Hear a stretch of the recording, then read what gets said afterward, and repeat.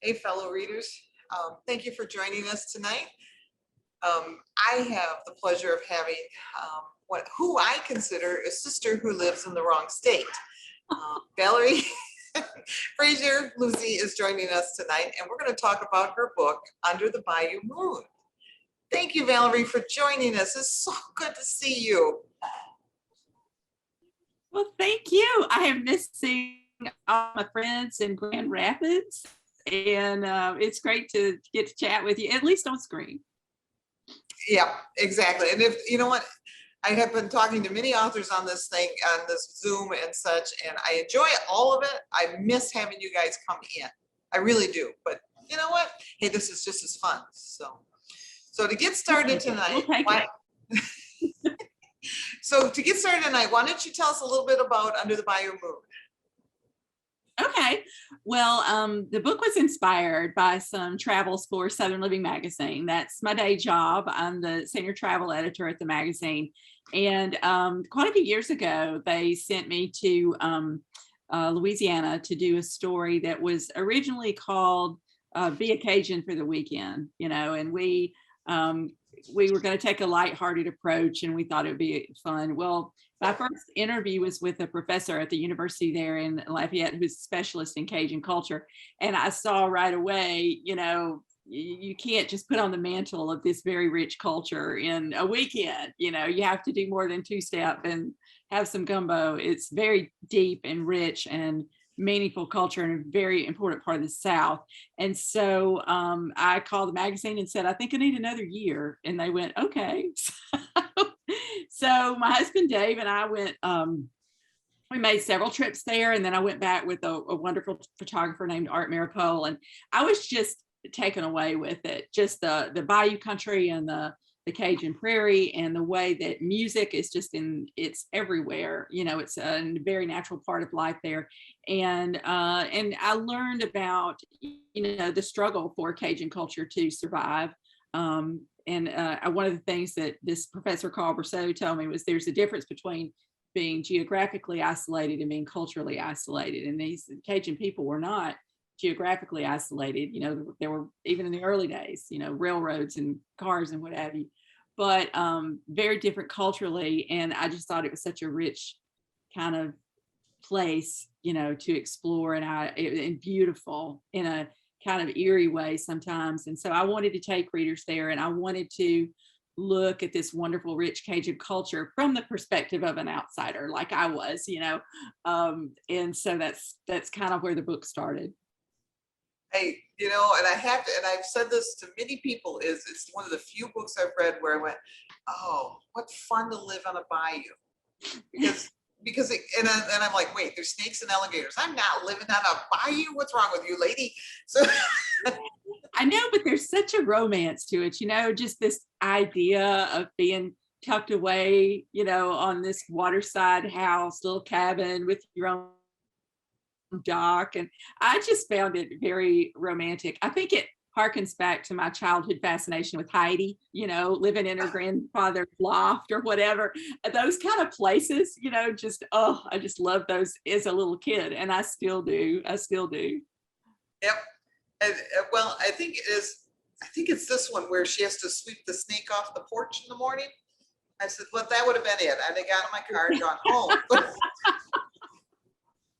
Yeah, that would be it. That would be snakes, I think, are just, they are part of the Southern culture. They really are, because like right before Dave and I got married, and we were grown-ups when we got married, I went home to my little home church where the wedding was going to be, and there was a garden hoe propped against the organ.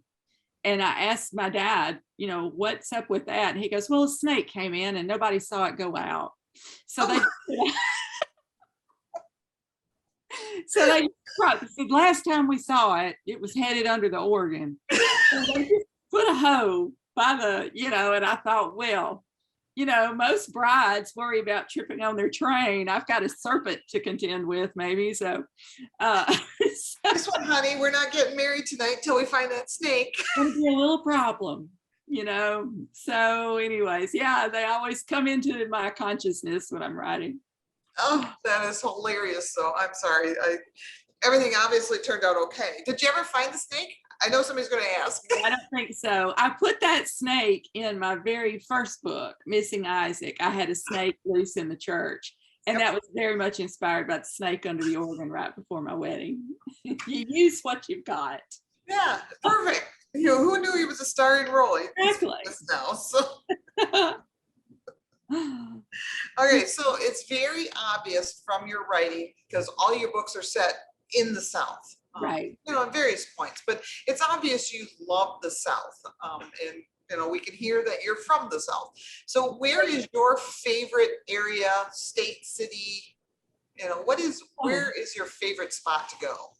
You are trying to get me into all kinds of trouble, Chris. You are just going to get me in all kinds of trouble. I can't name one, but I am a Gulf Coast girl. I love the Gulf Coast, and I find it very inspiring. I love, you know, there's all different aspects of it, but, you know, the live oak trees and the Spanish moss. I love the Mississippi Gulf Coast. Dave and I just have been going down there for years. Louisiana, I grew up going to the Florida Panhandle. And then he and I discovered South Florida together. I actually went down there with my dad's mother. She was recovering from cancer surgery, and I promised her she'd just get through it. I'd take her anywhere she wanted to go, and she wanted to go to Key West by car. So, you know, that was way down to South Florida. So I love that. I love the Mississippi Delta, love the Outer Banks, which is another beach. So I tend to relate to coastal. Okay. For the most part, I would say are my favorites, but there's lots of those, and they all have different kind of character about them. I think that's what fascinates me about the different places I've been down south, is everything is very unique. Yeah, everything. The deep South is very different from the upper South, Virginia, up in there. Texas, of course, is Texas.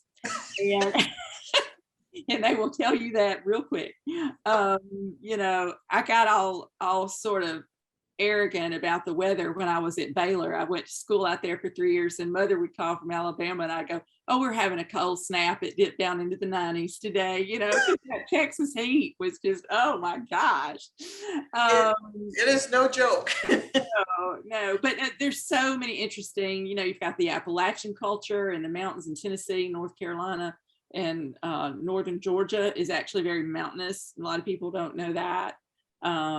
And there's just so much to work with and to play with. The one place I haven't been that I really want to see in the South is the Chesapeake. I've never been up around that area, around, you know, Maryland, and never been there. And I'm fascinated with the watermen and all that kind of stuff. So that's the one spot that's still on my to-do list in the South.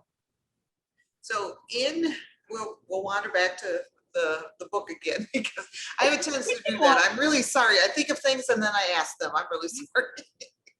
But in the book, and now your main characters, and how embarrassing. Thank you. Yes.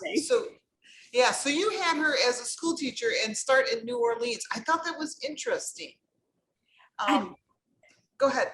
No, finish your question. I was going to say, I just thought it was interesting that you had her go there first and then move on, because I can remember reading it going, I thought we were going to be in the Bayou. Why are we in New Orleans? Well, I think New Orleans is, I mean, there are special places, and then there are places just like nothing else in the world, you know.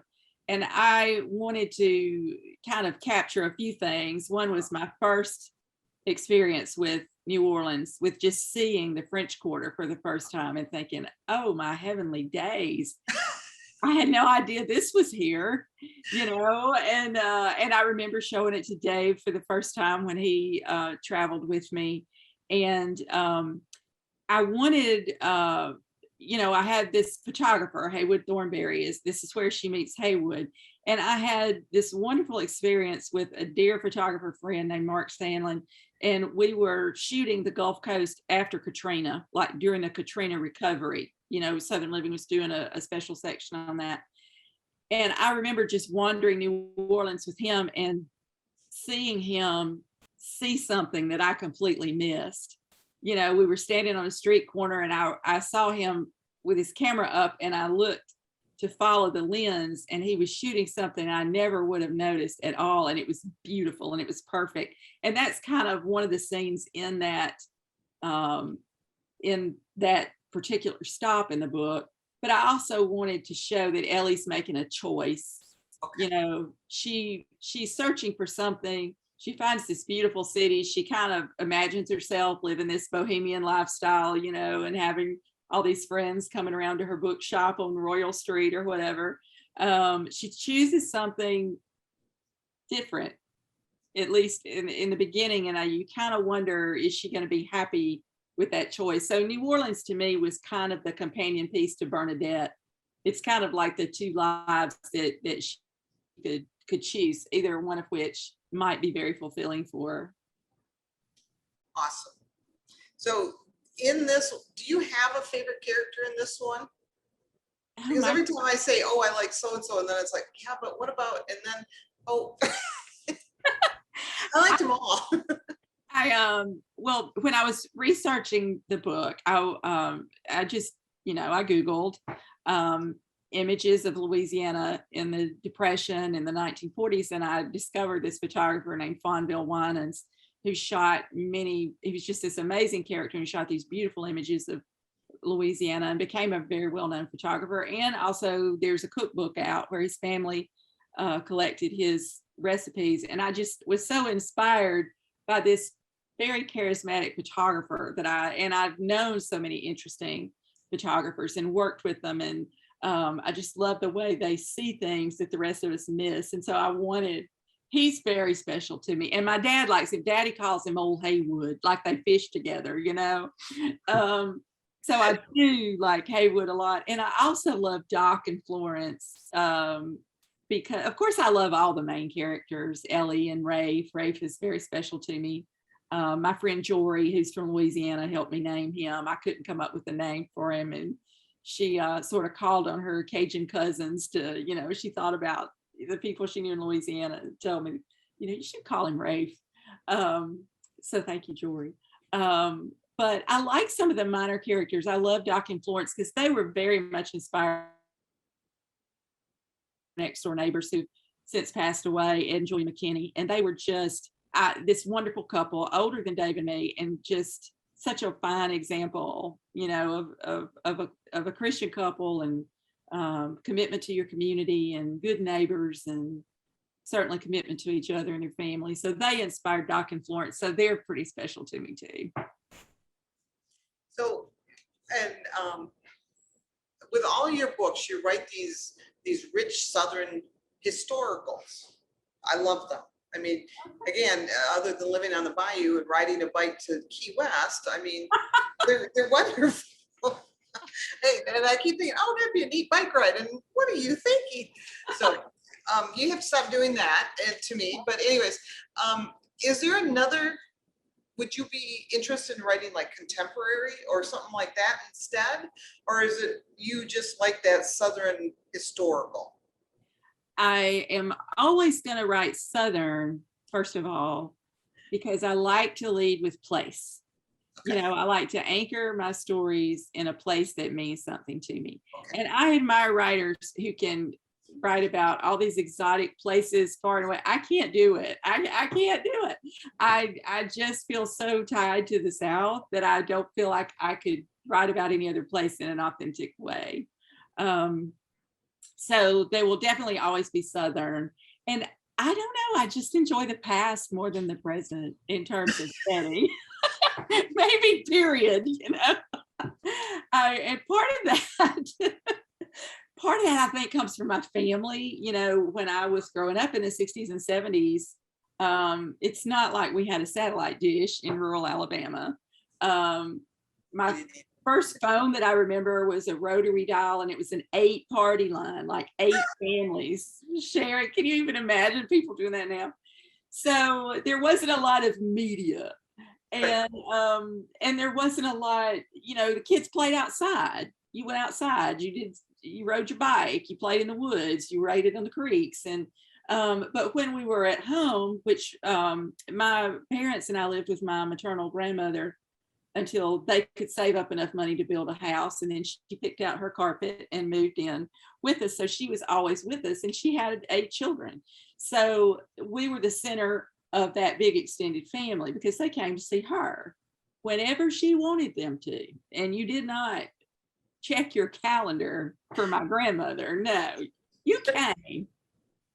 So the storytelling, was just part of how the adults entertained each other. They would talk about the old days on the farm or reminisce. And I was just fascinated with that when I was like, just the idea of plowing cotton with a mule, and women wearing long dresses. And we still had some from my grandmother or her sister. And the past was very present when I was growing up. And I think that's, if people talk about Southerners, we talk about our dead like they're sitting at the table. It's a way to keep them with us. We talk about them all the time in a very real and tangible way. We remember them all the time.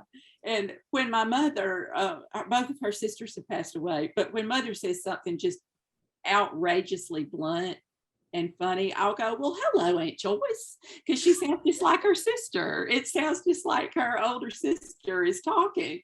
And so I think that's just part of Southern culture, is bringing the past into the present with you. So to me, it's not really living in the past, but it's just a more interesting time to look at things, for me. So could I be more long-winded? I think if I tried, I could. You know what? We got more than one question in, so we're doing great. Yeah, I like the past and I like the South. So. And I'm glad to hear that. And somebody wanted to know, and this is a longer question, so they want to know, do you have any ideas to have a book set in the Appalachia, elsewhere in Central Florida's or the Panhandle, or setting in the Georgia foothills? Wow. So you have at least 4 more books to write. So I've got me 4 more books to write. That's awesome.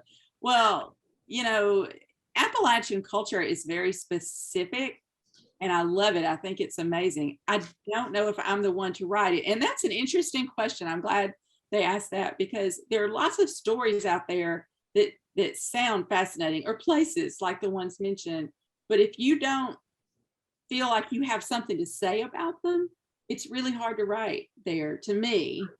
And I have spent a lot more time on the coast than I have in the mountains, but I have friends that just have those mountains in their blood, the Smokies, the Blue Ridge, they just love it and they feel it. You almost have to kind of feel it, way down in your soul to set a book there. So I don't know. I'm not ruling out anything. Okay. It just depends on what comes along that inspires. The Florida Panhandle could be a lot of fun, I think. I remember we went there. That was our one vacation of the year when I was a little girl. And of course, in the 60s, we had to be careful not to get around any of those hippies. Mother was very cautious about those hippies. I love your mother, by the way. Do not want to get around the hippies, So yeah. But she listened to Peter, Paul, and Mary. So I think she had a supportive streak, I think she had a rebellious streak. She was just hiding from me. Awesome. Hey, and then one of the questions I was thinking of is you have written, around the Depression era, not always in the Depression, but right in that area. How far back would you go for historical? Would you go further, or are you? I am going further back for my 5th book. Okay. That I'm very much needing to get really going. For the most part, and part of that is from my publisher. Rebelle wanted me to kind of stick to at least some framework there of post-war.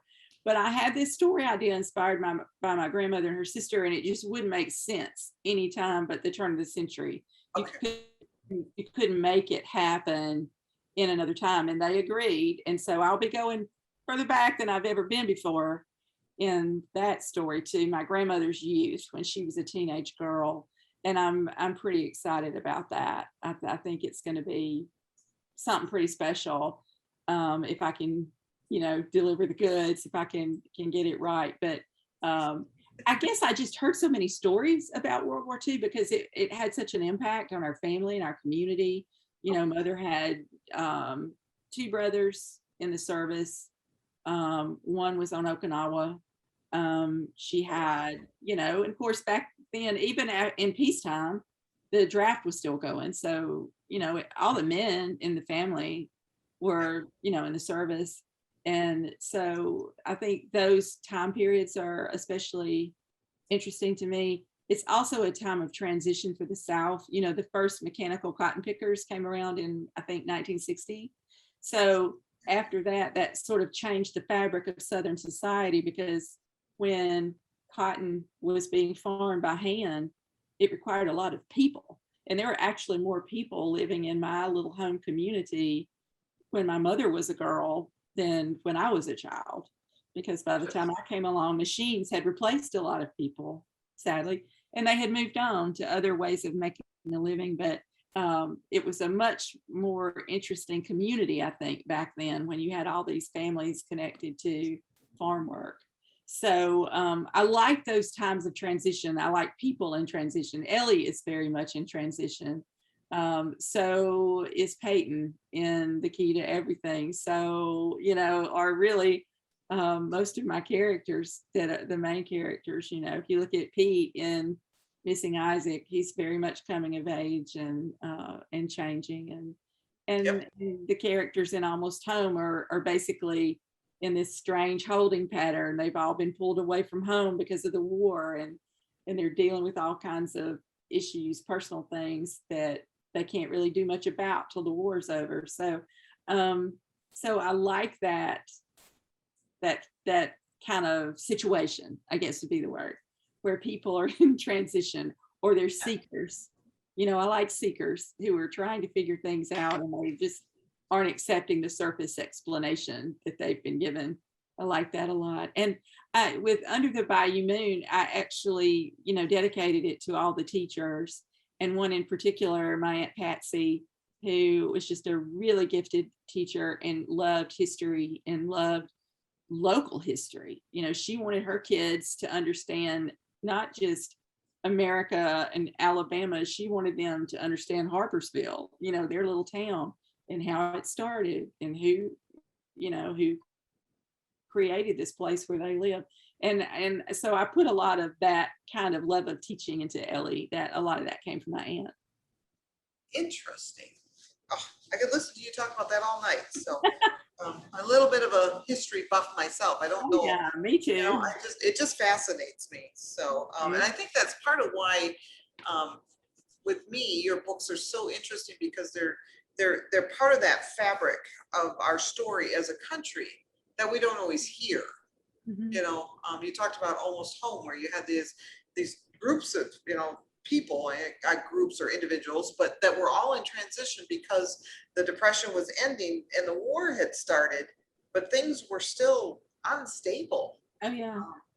So it was just interesting to hear that part of something you didn't think of. And still, the South was still very poor right before the war. Yeah. My Uncle Bud used to say I was born in the Great Depression and I never got out of it. And that's why we love the South, and you're saying. Okay, so we have, let's see.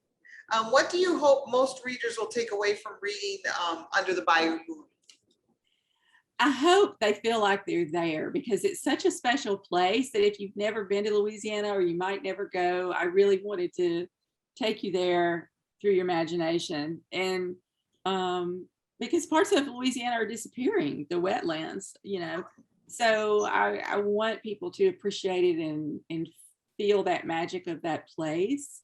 And I want them to just think about, I want them to feel for the characters, because I really think, if you don't care about these characters, then what you do, nothing else really matters if you don't care about them, if readers don't care about them, good or bad, So I really wanted to engage with the characters and the place, and I wanted to have people really appreciate the richness of Cajun culture, because it was such a gift to me to be exposed to it, and the folks there were so generous and welcoming to share their food and their music, and the stories of of their own families with me, that it's just a really special place.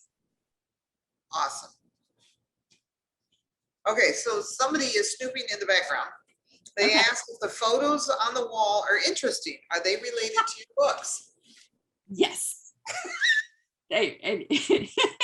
But you told me I couldn't just say that. So No. You're bad, very bad. so no, I here's my process has changed because, well, I didn't have one. So when I wrote my first book, I just sat down and started typing. I mean, I knew nothing. I've been a magazine writer all my adult life. I know the magazine business. I'm Meemaw magazine writer, but fiction is a totally different arena.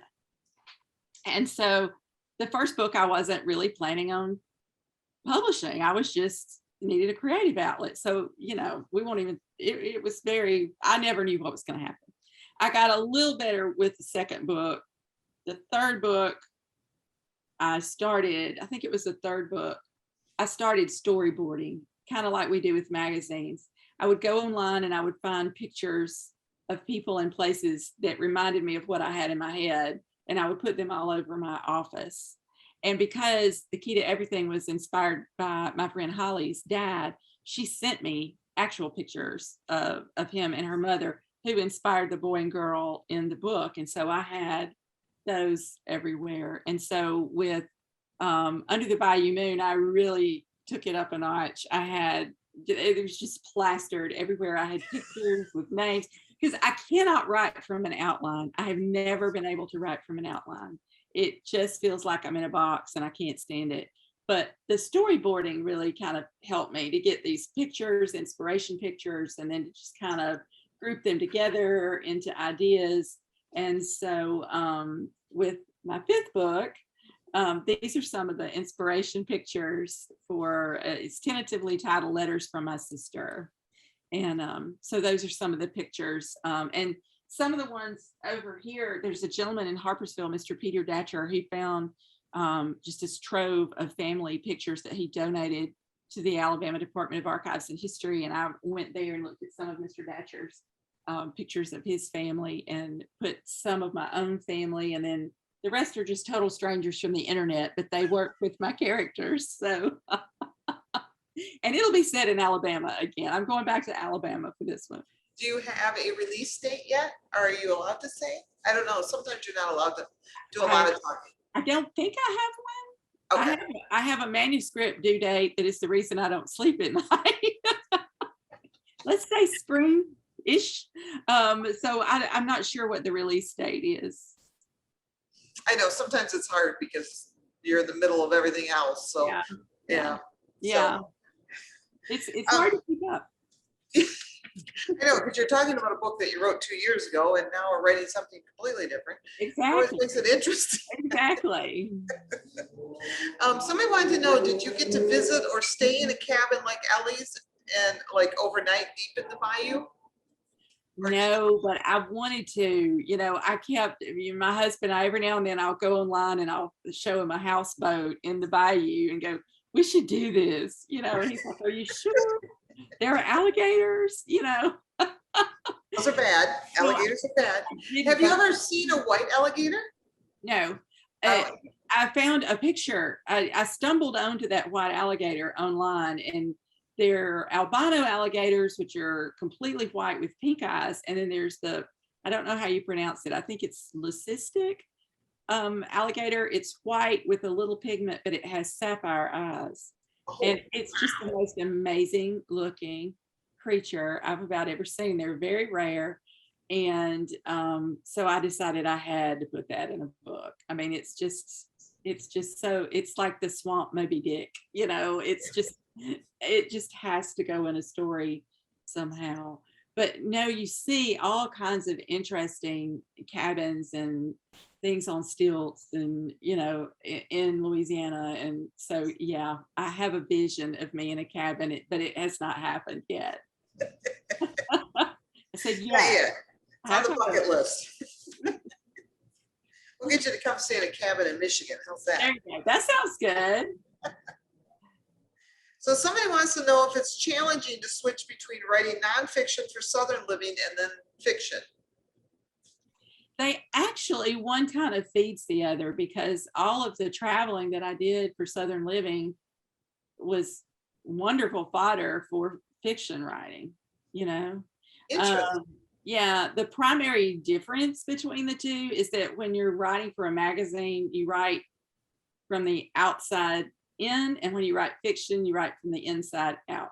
So like with magazines, you're observing, you're watching, you're new to this place, you're asking questions, discovering, you know, you're on the outside, but then you're going to bring all that together and pull a story together.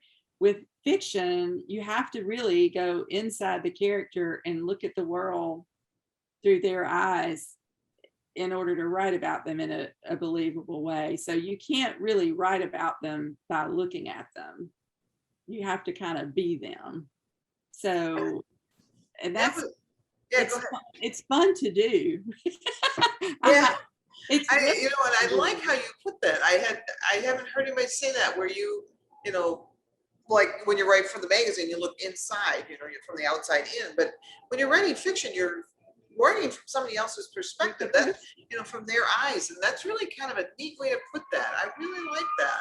So, um, I heard somebody, and I can't, I'm sorry, I can't remember who said this, but he had started out as an actor and then he became a writer. And he said he realized that if he became a writer, he could be all the characters. And, you know, and that's really it. You climb inside of all of them and try to feel whatever they're feeling yeah. and write from the inside.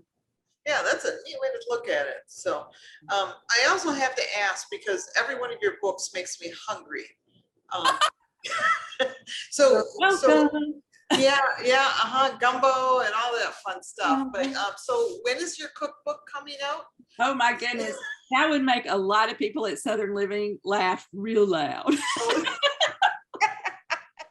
Because I'm still a learning cook. I need a recipe, you know, I need a recipe. And sometimes I can mess that up, but I like to cook when I have time. I'm not an expert natural cook like Rafe. My husband is, you know, he just grabs something, throws it on the grill. He can just kind of cook by feel. I have to have a Southern Living cookbook next to do much of anything. But I do think that Southerners talk through food. You know, it's very much our way. My friend Susan Dozier, who used to be executive food editor at Southern Living, she said, you know, it's how we love on each other. Food is really, and that's not unique to Southerners. I mean, everybody takes food, but it's just, there's certain foods for certain things that are really special. You know, you associate them with different things. Some things are celebratory, some things are comfort. And I just think it's such a part of life that it has to be in the books. You know, it just has to be. I actually had a reader contact me on Facebook and ask me about the food, and I recommended a junior league cookbook to her from Louisiana because she was interested in trying some of the food, which I just loved. I thought that's great, you know, that people get interested enough in it to want to try it for themselves. I do end up, I know I did with this one, and there was another one. I can't remember which one it was, but I ended up having like cornbread. You kept talking about it. I'm like, oh, damn it, now I gotta have cornbread. And it wasn't as good as what you were talking about, but it was, you know, it helped. The cornbread goes a long, long way, Oh, you know, to healing a situation. It really does. it does. And I have to admit that, and you know, I have this once in a while too, in other books too, but yours especially, it's like when you describe it, you can almost smell it. You know what I mean? Yes. You know, and sometimes it's something I haven't eaten. So, you know, then I just kind of imagine what it smells like. But there's certain things that you describe and I'm like, I know exactly what she's saying because I can smell it. So never stop doing that. But think about including recipes at the end of the book. That would be awesome. So what is one of your favorite and probably least favorite things about writing? Um, my my favorite thing about it is the process.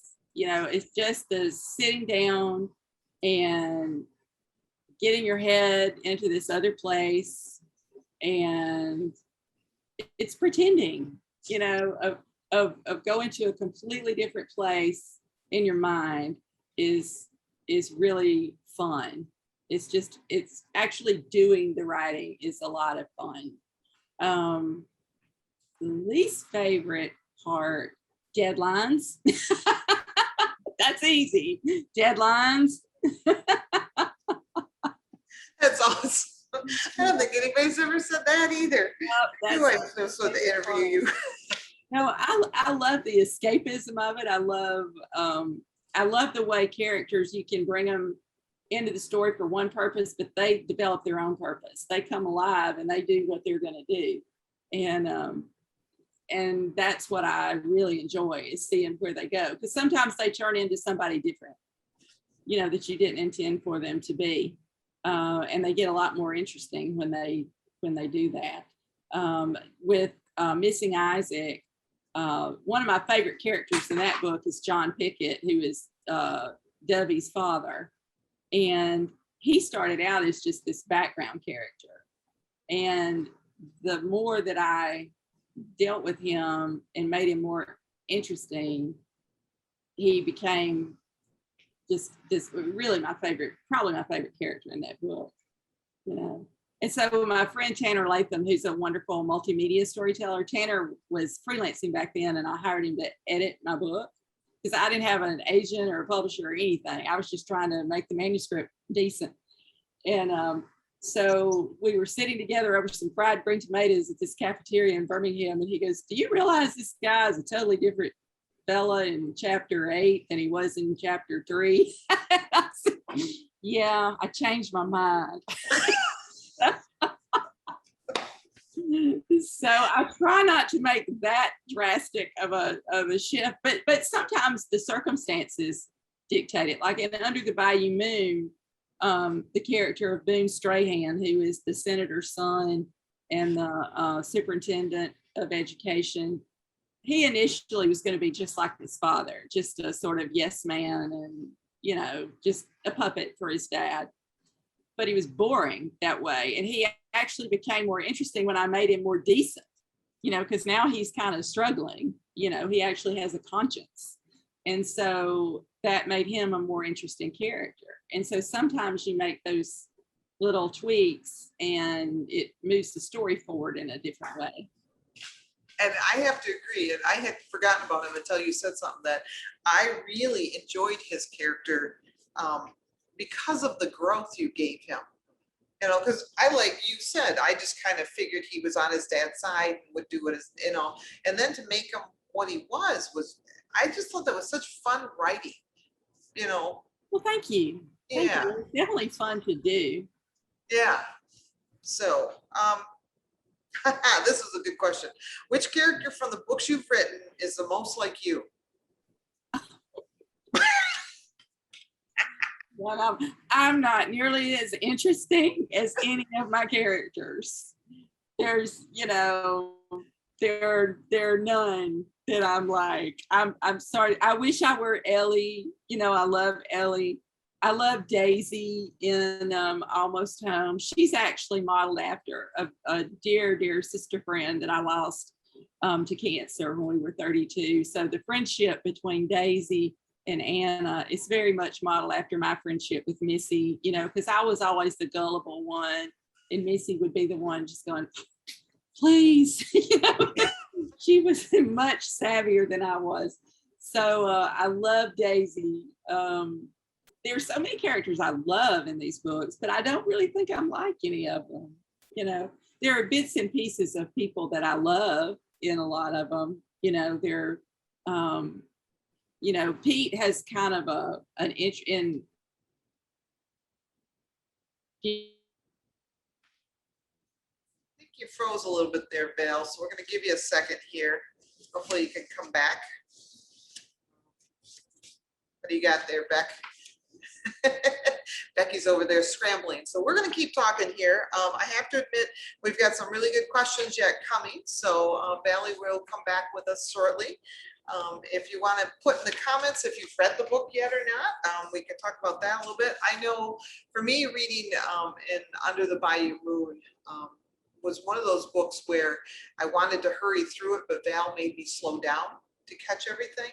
And where I loved when they exchanged, learning how to do quilting and cooking, and they, would bargain with each other, how to teach each other. And the little old lady group that learned how to read. I think that to me was just one of the neatest parts of that story, and how they worked as community in different areas. So if anybody's got a comment or something they want to make on the book while we wait for Val to come back, that would be great. I have to admit, and I told Val this, that I think this is probably my favorite book of hers. I've liked them all. I love the idea of the young man that rode from Georgia to Key West. That coming of age story is such a neat story. Hula says she's about halfway through it, taking notes, and is enjoying it. So thank you, Hula.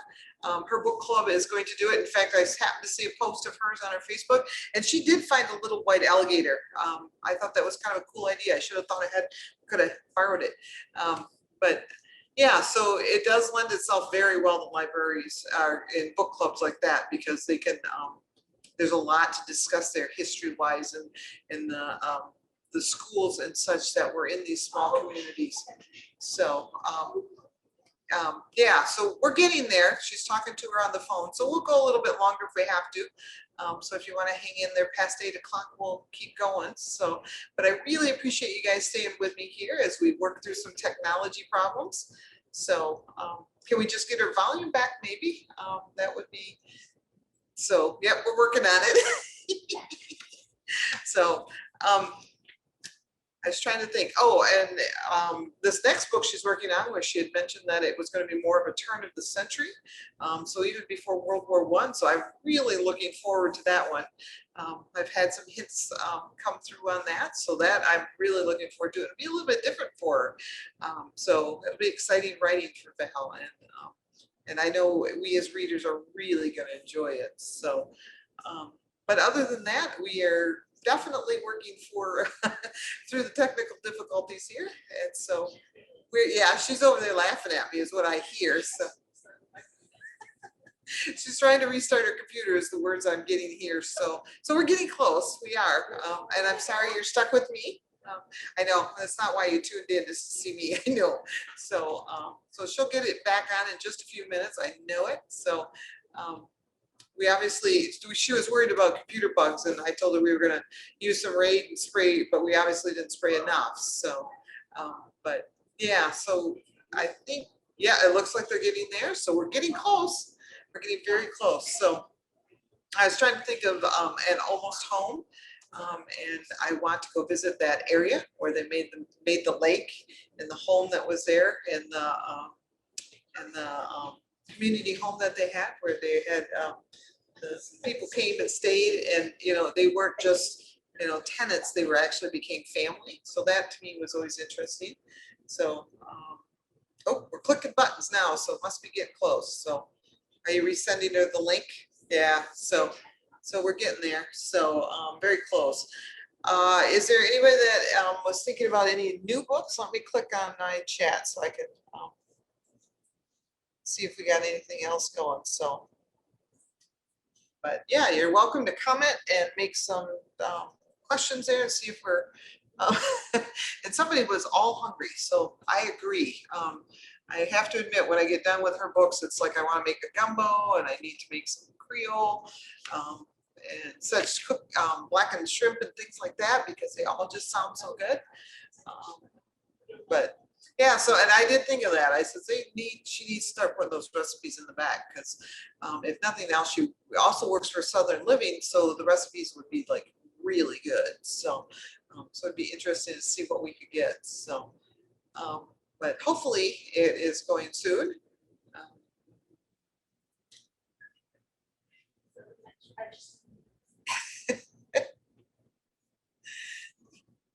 Well, thank you for hanging in there with us. So I should have grabbed one of the books and start reading it for those of you that aren't done, but I'd hate to start in the middle with somebody that isn't that far yet. So, so I don't want to give any spoilers away, but I have to admit that let me know when you get to the end, because especially, you know, with your book club and such, because I would love to discuss that ending. It was very, very well written, and it fit that book very perfectly.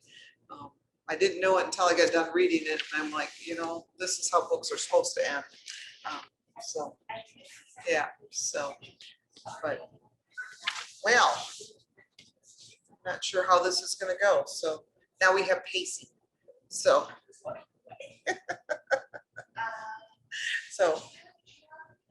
so we're getting there, I hope.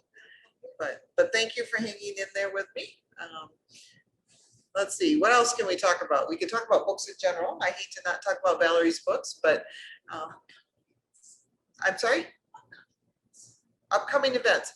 Oh, we've got several upcoming events, and the only one I can think of is that we have one on the 26th for a duo writers, Andrew and Wilson.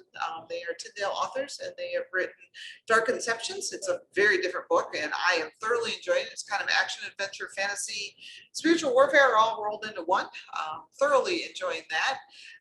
We are having, and I'm not going to remember dates, and I'm really sorry because I did not prep myself, but I know that we have a panel that is going to discuss fiction and Christian fiction in particular, and which directions we're going, and what makes fiction good and bad. And so that's in September. Aaron Bartles, who was on with us earlier this year, will be one of the panelists. We also have Todd Johnson. For those of you that are in the West Michigan area, he will be in the store. We are going to do it virtually for those of you out of area, so you can join us. But he's going to be in the store, and he's going to be talking about his Regency mystery that he has written, the Barrister and the Letter of Marquis. Which has been very, very interesting to read. I really enjoyed the mystery of that. And a letter of marquis is something the king would give somebody that had a ship and then gave them the rights to be a pirate and attack their enemies and steal their cargo. Who else do we got coming? Joanne Politano is going to be joining us in September, October. I'm sorry, I did not look at my calendar to double check the dates on this. So we have her coming in. We have a historical panel in October. We're going to talk about historical writing, and that'll be Jocelyn Green and Elizabeth Camden, Susan Messner, and maybe even another author or two that we're waiting for answers from. So those will be interesting to join us. We have several nonfiction ones, but because I'm not involved with those, I don't know, and I don't know dates on that one, so I'm really sorry about that. We do have our librarian event coming up in October, so if you know a public librarian or a church librarian, if they'd be interested, you can have them contact the store and we'll get them the information for that. What else do we got coming? I know in the beginning of November, we have a brand new author, Carmen. And Carmen, I'm really sorry, I'm not saying this right, Chaubert. Her book will be here after she falls, and she will actually on a virtual, I say here, you can tell I'm getting used to talking to people on Zoom, and she will be here on Zoom on November 4, I think, and she'll be talking about her new book that deals with several different topics, one of them being kickboxing, which was really quite eye-opening to me, and then also about an abusive relationship, and we are getting close, and so I actually see where her screen is up, so maybe we're getting there. Oh, there she is! Yay!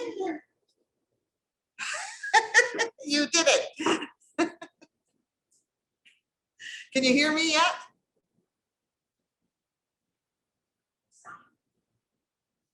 Can you help her with sound? Oh, we're gonna have to do it in sign language, Val.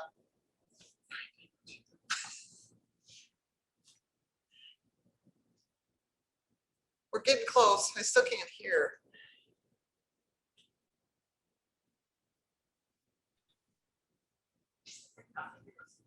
I hear you now. There we go. We got you. Yay! Look at us go. Chris, were you reading the phone book? No, but I was babbling incoherently. So if you lost viewers, it's totally me. So I'm so sorry about sorry. that. It just threw me out. Yeah, isn't that weird? Huh? Not enough bug spray, I guess. Sorry about that. There you go. So yes. So some of the people that were watching were talking about how they were reading your book and using it for book club and stuff in the next month. So Well, that's awesome. yeah, so that's neat. But I was trying And to see, we're gonna go ahead, Val. they can, I mean, it depends on where they are, whether I can, meet with them in person, but I do Zoom stuff or conference calls all the time. So they can always just email me if they're interested in doing a Zoom or something. It's just Valerie Luesse at gmail.com, or they can connect with me on Facebook. It's just Valerie Frazier Luesse, and send me a message that way. And I always try to accommodate book clubs if there's any way that I can. Sometimes I can't, but I just so appreciate people, buying the book together and making it part of their club, that if there's help them. Yeah, awesome. Yeah, and I know I've had a couple people tell me that you've joined their book clubs, so That's I fun. think that's a fun thing to do. So somebody here wants to know, what time of day and or place do you like to write, or do you have a set time that you write? I very much do. My very favorite time is the wee hours of the morning. I can get up before daylight, and my place to write is called the Story Shack, and it's a little cottage that my husband drew up for me. It mimics one that we found in Bay St. Louis, Mississippi, and it's like a little tiny version of a coastal cottage, and it's right next to our house. And I have a little back door I can come and go, and there's an arbor that Dave built for me right next to it. And I have all kinds of family treasures on a shelf up around me here. I'm in the shack at this moment. And so this is my happy place. This is where I love to write. And there's just something about those early morning hours before the world wakes up. It's dark outside, quiet. There's nothing going on to distract you. And that's when that's really the golden hours for me of writing. Then just in the interest of time, I have to write all different times a day, but that's my best time. It's early morning with candle burning, gardenia fragrance, or honeysuckle in warm weather. And there's this candle called Tide that I like in the cool weather. It's Sea Grove, I think, is the candle company. So no, I don't get a percentage. I just like their candles. It's good advertising. Yeah, good advertising too. So most of your fans know about Cheeto the cat. Does he join you early in the morning? Yes. In fact, he gets very irritated if we don't go to the story show in the morning, because that was. I knew it was coming. Yeah. Yeah, I kicked her out again. Shoot. So if she comes back, tell her to go without the video. Okay. She's obviously having internet issues. So now you're stuck with me again. So let me go back to chat here. I did see that you guys had made some comments. Somebody talked about the key to everything, and how a bike ride down the coast kept my interest. If you haven't tried it, do it. And I agree with them completely. That is a wonderful, wonderful book. And and I agree. My family just got back from doing what's called RAGBRAI. It's the bike ride across Iowa. You ride from border to border, west to east. And I have no interest in doing that whatsoever. So they invented cars, is what I tell my family. So, but yeah, so once again, thank you for everybody. I think it's interesting that she writes early in the morning. Because to be honest with you, if I was a writer, early in the morning would not be the best time for me to write. So it's just interesting that everybody is very different that way. And they have their own special time. And she has shared about that Story Shack, and it is just beautiful. They did a wonderful job, and that arbor is gorgeous. Dave has got quite a talent there. So, but yes, if you do have a book club and you're doing one of her books, please contact her. She would love to join you.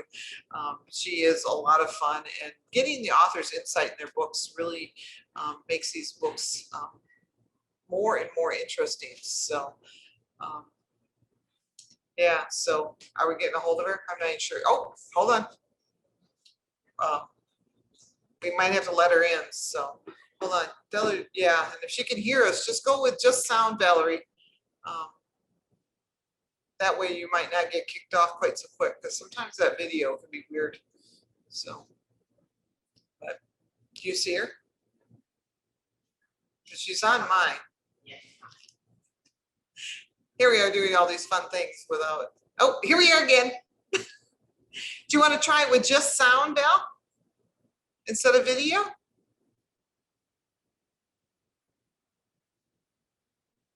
I see she's connecting again, so we're going to give her a couple seconds here. So.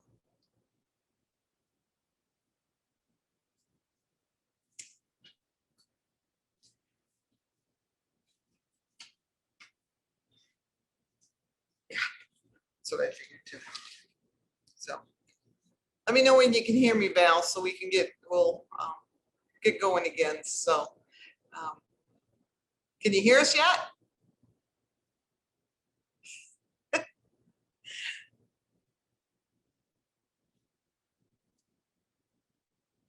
Yeah, I am afraid that we might just call it tonight.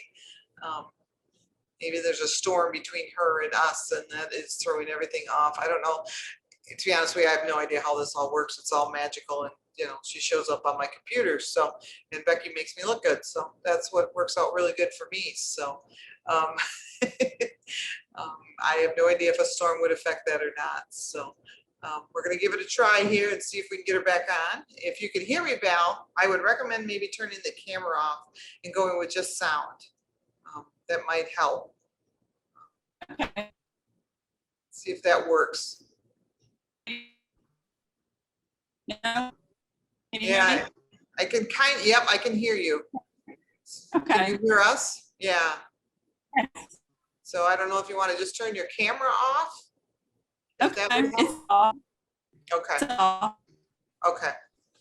So sounds like we're going to have some issues with this. So I think we are going to wrap this up, and thank you for joining us. Thank you. Oh, you're welcome. I could talk to you all night, but we were already going way over when we were just warming up. So, that's always the truth. So. Thank you so much, Chris. This is great fun. It was, and we were having so much fun, and so interesting to hear about your writing and how you get everything together. I was just telling them that writing early in the morning would not be when I would write. So, but thank you. Personal choice. Yep. So thank you for joining us, Val. We look forward to reading your next book about the turn of the century, and with your little ideas between your grandma and her sister. We look forward to that. Hopefully, maybe next year or the year behind. So 23. So, but we'll look forward to reading it. We enjoy your books, and thank you for joining us. Thank you, everybody else, for joining us and putting up with our technical difficulties, and listening to me blather on about nonsense and not knowing when I'm actually supposed to be on screen next. So isn't that fun? But we are glad you were here, and we will talk to you again soon. Good night, everybody. Good night. Thanks, everybody. Thank you.